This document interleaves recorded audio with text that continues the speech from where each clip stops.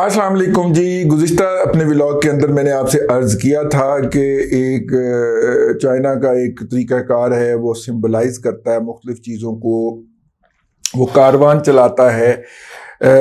جس طرح اس نے 5 جو سی پیک کے روٹ تھے ان کے اوپر 5 کاروان چلائے تھے، تو ایک روٹ چونکہ پاکستان سے بھی گزرتا تھا تو اس نے ایک اس پہ بھی چلایا. 2016 کی بات ہے. تو میں نے کہا وہ جو یوتھیاز ہیں جو 1992 کے ورلڈ کپ کے بعد پیدا ہوئے، ان کو یہ بتا دیا جائے. یہ جو تھا، یہ گزرنا جو تھا، اس کو روکنے کے لیے عمران خان نے بڑی سازش کی.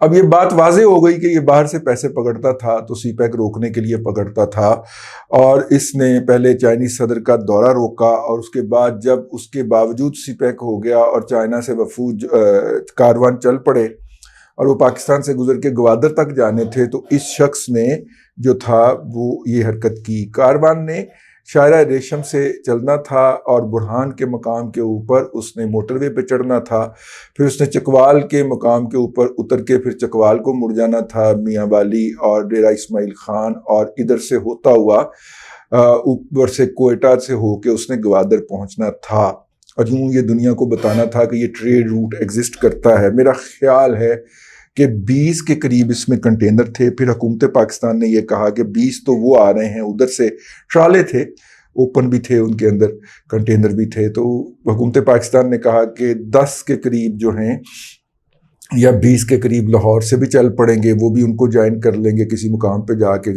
فیصل آباد سے چلیں گے، کچھ گوجرانوالہ سے چلیں گے، کچھ ملتان سے چلیں گے، اور یوں جب یہ گوادر میں پہنچے گا یہ والا، تو یہ 80 یا 100 کنٹینر پہ مشتمل ہو چکا ہوگا قافلہ. تو پاکستان حکومت نے یوں انہیں ویلکم کرنا تھا. یہ پوری پس منظر ہے. اس پس منظر کے اندر جو ہے میں آپ کو یہ بات بتانا چاہ رہا ہوں. اب کہیں کہ کرنل انعام الرحیم کہاں آ گئے؟ کرنل انعام الرحیم وہاں پہ آئے تھے جہاں پہ اس نے اس روٹ کو روکنے کے لیے عمران احمد خان نیازی نے دھرنا دینا تھا. تو کرنل صاحب ہائی کورٹ چلے گئے، اسلام آباد ہائی کورٹ میں. انہوں نے کہا کہ جناب یہ پاک چین دوستی کا سوال ہے، تعلقات کا سوال ہے، تو اس کو روکیں. تو پھر ہائی کورٹ نے کہا کہ جناب آپ پریڈ گراؤنڈ میں جلسہ کر لیں، اور ہائی کورٹ نے انہیں سڑک روکنے کی اجازت نہیں دی تھی. یہ میں نے پس منظر یاد دلا دوں.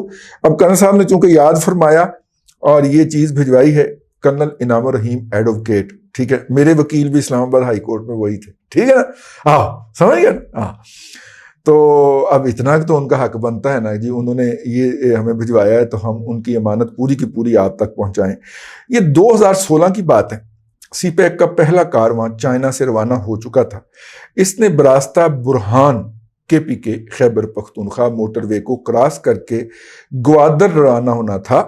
امریکہ بہادر کبھی بھی یہ نہیں چاہتا تھا کہ کانوائے کامیابی سے اپنی منزل پر پہنچے، اور اگر یہ کانوائے یا قافلہ ناکام ہو جاتا تو چائنیز کاروباری حلقوں کو نہ صرف پاکستان پر اعتماد مجروح ہوتا بلکہ انہیں شدید مالی نقصان بھی برداشت کرنا پڑتا، اور شاید یہ آخری تجربہ ہوتا. کسی کے اشارے پر اچانک عمران احمد خان نیازی نے اسلام آباد میں 2 نومبر کے لاک ڈاؤن کا اعلان کر دیا. سمجھ نہیں آئی کہ 2 نومبر کی ڈیٹ کیوں، اور ساتھ ہی پورے ملک اور خصوصاً صوبہ خیبر پختونخوا کے وزیر اعلیٰ پرویز خٹک کو حکم دیا کہ وہ اپنے قافلے کے ساتھ اسلام آباد روانہ ہو جائے. پروگرام کے مطابق تمام ادارے بشمول ہاسپٹل، کالجز KPK کے کالجز، محکمہ مال، محکمہ جنگلات، محکمہ زراعت بند کر دیے گئے، اور ان کے ظاہر ان کے ملازمین آنے تھے نا اس کے اندر، اور تمام نیٹ ورک مکمل لاک ڈاؤن کرنے کا اعلان کر دیا گیا. ہم نے اپنے دوستوں سے، کرنل صاحب لکھ رہے ہیں، میں نے اپنے دوستوں سے مشورے کے بعد اسلام آباد ہائی کورٹ میں رٹ کر دی، کیونکہ خان صاحب پر پارلیمنٹ اپنا اور ٹی وی اسٹیشن پر حملہ کیس کے سلسلے میں دہشت گردی کی اسلام آباد کی عدالت میں مقدمہ چل رہا تھا. خان صاحب کبھی عدالت میں پیش نہیں ہوئے تھے، اس لیے عدالت نے ان کو مفرور قرار دیا ہوا تھا، اور قانون کے مطابق کوئی مفرور کسی سیاسی عمل کے اندر حصہ نہیں لے سکتا، وہ کسی سیاسی عمل کا حصہ نہیں بن سکتا جب تک کہ وہ عدالت کے سامنے سرنڈر نہ کرے.